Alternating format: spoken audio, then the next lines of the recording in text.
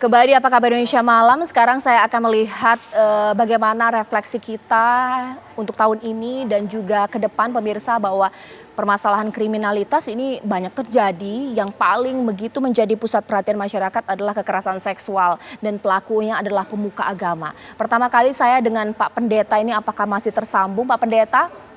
Oke, sambil saya mungkin perbaiki komunikasi saya dengan Pak Pendeta, mungkin saya ke Mbak Devi terlebih dahulu. Mbak Devi, kalau untuk permasalahan kekerasan seksual, pemerkosaan dan lain-lain ini kan menjadi hal yang begitu sensitif, dianggap ranah privat, masyarakat suka, aku nggak mau ikut campur nih, takut salah seperti itu. Padahal kalaulah kita melihat gelagat yang mencurigakan, itu bisa dijadikan apa ya, tindakan yang pertama untuk tidak berlarut-larut permasalahan ini. Ini bagaimana? Ya, kita terima kasih tentunya dengan media yang setia untuk mengingatkan warga terhadap kejadian-kejadian kejahatan, bukan dalam rangka menakuti, tapi justru untuk membuat masyarakat semakin waspada bahwa kita semua berpotensi menjadi korban atau justru menjadi pelaku. Nah, oleh karenanya tadi menarik bagaimana warga itu sebenarnya menjadi sumber utama kalau kita ingin ketertiban masyarakat itu terjadi. Jadi bukan kepada aparat keamanan. Kalau aparat keamanan kan itu dalam proses ketika sudah terjadi. Tapi yang paling penting adalah bagaimana cara mencegahnya. Nah, oleh karenanya alarm sosial itu perlu dinyalakan dengan apa? Kita kalaupun merasa ada hal yang mencurigakan, dan secara karakter sosial masyarakat kita itu memang tidak senang sesuatu yang tidak harmoni, karena kalau kita menegur orang kita takut kemudian mengganggu hubungan kita. Nah, caranya adalah laporkan, kayak seperti kasus kekerasan seksual, silakan laporkan kepada negara. Negara sudah punya alatnya 129 misalnya. Atau kemudian ketika bicara yang juga menonjol soal penipuan online, pinjaman online ilegal, itu kan sudah ada juga telepon juga 157 misalnya, karena kita tidak ingin mengganggu hubungan dan sebagainya. Atau yang sekarang sering terjadi adalah menggunakan sarana media sosial. Itu juga tidak salah. Kenapa? Karena terbukti misalnya di paling tidak studi kasus di Jakarta. Ketika ada warga yang melapor, menjadi perhatian, akhirnya apa? Kasus pinjol ilegal itu kemudian terungkap dan data menunjukkan berhasil menyelamatkan lebih dari 11 juta nasabah. Yang dimulai dari keberanian warga untuk melapor. Kenapa? Karena aparat akan sangat terbantu ketika masyarakat melapor, menyampaikan bukti, dan kalau sudah viral biasanya menariknya ada warga yang tadinya tidak berani melapor atau masih bingung bagaimana caranya, jadinya kemudian merasa mendapatkan kepercayaan diri. Nah, ini menjadi penting. Baik, sekarang mungkin sebelum saya ke Pak Pendeta, mungkin saya ke Pak Mas Duki Botlowi. Pak, pukulan paling berat dengan semua agama adalah ketika seorang yang mengaku-ngaku sebagai guru agama atau merupakan pemuka agama melakukan kekerasan seksual atau kejahatan seksual. Kita tidak bisa melihat ini adalah sebagai oknum, bahwa bagaimana organisasi keagamaan tahun 2022 pantau melihat bahwa tidak sembarang orang bisa dipercaya untuk menjadi pemuka agama. Filter ini bagaimana Pak Mas Duki Botlowi? Ya, saya kira kalau urusan yang berhubungan dengan pemantauan dan filter untuk bagaimana seseorang harus menjadi guru agama atau menjadi seorang ustadz atau menjadi seorang pendeta atau apapun, saya kira itu memang sudah berjalan dan menurut saya harus diperketat ya. Tetapi juga yang tidak kalah penting sebenarnya adalah bagaimana hukuman untuk menimbulkan efek jera dihukum seberat-beratnya itu juga harus dilakukan. Para hakim kalau yang saya lihat pribadi dalam menangani kasus-kasus seperti itu biasanya hukumannya terlalu ringan dan tidak membuat efek jera kepada yang lain. Ini saya kira satu hal yang terjadi pada negara kita. Kita tidak usah berbicara persoalan hukum agama karena ini semuanya pasti ada larangan melakukan itu adalah merusak kemanusiaan, rusak nasib orang, nasib keluarga dan seterusnya. Karena itu hukumannya harus diperberat supaya menimbulkan efek jera. kalau kita hubungkan dengan refleksi akhir tahun ya pada 2021, saya kira masalah-masalah yang berhubungan dengan pelecehan seksual ini saya kira menjadi refleksi kita yang menurut saya sangat-sangat serius. Bagaimana kita himbau kepada para hakim penegakan hukum harus dipertegas dan diperberat, satu. Yang kedua, saya kira juga hal yang berhubungan dengan masalah-masalah rencana pembuatan undang-undang di prolegnas DPR juga itu harus diprioritaskan pada tahun 2022, sehingga dengan demikian maka tidak ada ruang yang atau celah ya yang bisa membuat para pelaku untuk tidak jera. Saya kira itu hal yang sangat penting untuk kita lakukan bersama-sama.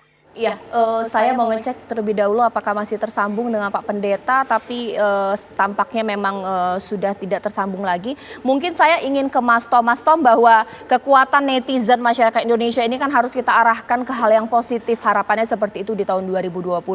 Sudah bagus di 2021 dengan melakukan tagar-tagar, kasusnya naik, kemudian menjadi perhatian serius dari pemerintah dan penegak hukum. Bagaimana ini untuk kita terus lanjutkan atau mungkin lebih proaktif? Karena kalau misalnya melihat situs-situs laporan-laporan di asosiasi atau mungkin organisasi atau apapun sudah mulai banyak sebenarnya kasus-kasus yang belum tertangani tapi belum digaungkan, ini bagaimana?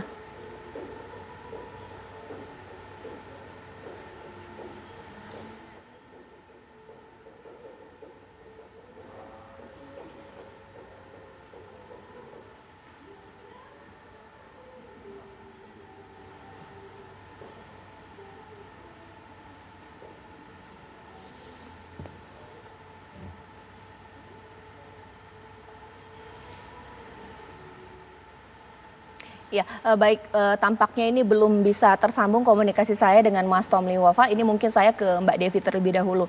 Kalau kita lihat kan berbagai macam ibaratnya LSM kemanusiaan yang pro akan gender, bahkan juga isu-isu HAM. Sebenarnya sudah mulai banyak rilis-rilis kasus kejahatan. Tapi memang tidak semua bisa terangkat ke sosial media. Kalau lewat TV saja mungkin belum sebegitu kuat dibandingkan kekuatan sosial media, tagar, perhatiannya semua ke arah sana. Ini bagaimana supaya kita bisa arahkan bahwa masyarakat pun harus proaktif juga melihat kasus-kasus apa ini yang penting, bagaimana? Ya, artinya tagar itu kan hanya menjadi salah satu saluran untuk bisa saling mengingatkan sebenarnya bahwa ada satu kasus, ayo mari apa yang bisa kita bantu. Sekaligus sebenarnya membantu aparat, karena sekali lagi ketika itu tersiarkan luas, maka banyak orang yang kemudian datang memberikan tambahan bukti dan sebagainya. Nah, tapi kalau dari catatan data, statistik bukan berarti kemudian kalau viral terus kemudian harus viral dulu baru tidak, karena sebenarnya banyak sekali kasus-kasus yang tidak perlu viral dan selesai. Karena misalnya terakhir data di ibu kota saja, itu ternyata data penyelesaian kasus itu 102%. Bahkan tunggakan tahun lalu juga dibantu diselesaikan di 2021 dan itu semua tidak terlepas bukan hanya kerja aparat, justru karena warga yang bantu viral ataupun tidak. Iya, tapi jangan kemudian nunggu yang viral dulu baru ditangani begitu ya. Oke, sekarang saya ke Mas Tom, mudah-mudahan ini bisa tersambung komunikasi saya dengan Mas Tom. Karena ada delay pemirsa, mungkin pertanyaan saya sedikit singkat saja. Mas Tom, ini anak muda ini bagaimana harus bisa proaktif untuk kasus-kasus hukum seperti kekerasan seksual dan lain-lain? Kembali apa kabar Indonesia Malam pemirsa, dan kembali saya akan menyapa di sini Pak Mas Duki Botlowi. Ini menjadi segmen terakhir. Pak Kiai, ini bagaimana memberikan himbauan, mungkin juga pesan-pesan kepada masyarakat untuk 2022 ini PR kita masih banyak. Menjaga situasi kondusif ini sangat penting dan tugas untuk semua masyarakat ya, apalagi banyak event-event yang akan kita gelar di tahun depan. Pak Kiai. Ya, jadi begini, pertama memang kita kan menjadi tuan rumah G20 ya selama setahun. Pemerintah dan masyarakat ingin menjadikan kegiatan itu sebagai momentum untuk kebangkitan ekonomi Indonesia, untuk dijadikan momentum kebangkitan pariwisata Indonesia, gitu kan. Oleh karena itu ini harus kita song-song benar, kita harus dukung benar dari seluruh masyarakat agar Indonesia betul-betul bangkit ekonominya. Dan sebagai sebuah catatan dari kami ya masyarakat, bagaimana agar pemerintah di dalam menyongsong G20 itu banyak melibatkan pengusaha menengah bawah, UMKM. Karena 90% lebih kehidupan ekonomi di Indonesia itu ditopang oleh masyarakat ekonomi UMKM. Nah, dan di situ saya kira juga menjadi hal yang sangat penting untuk dihidupkan, dilibatkan di dalam G20 itu.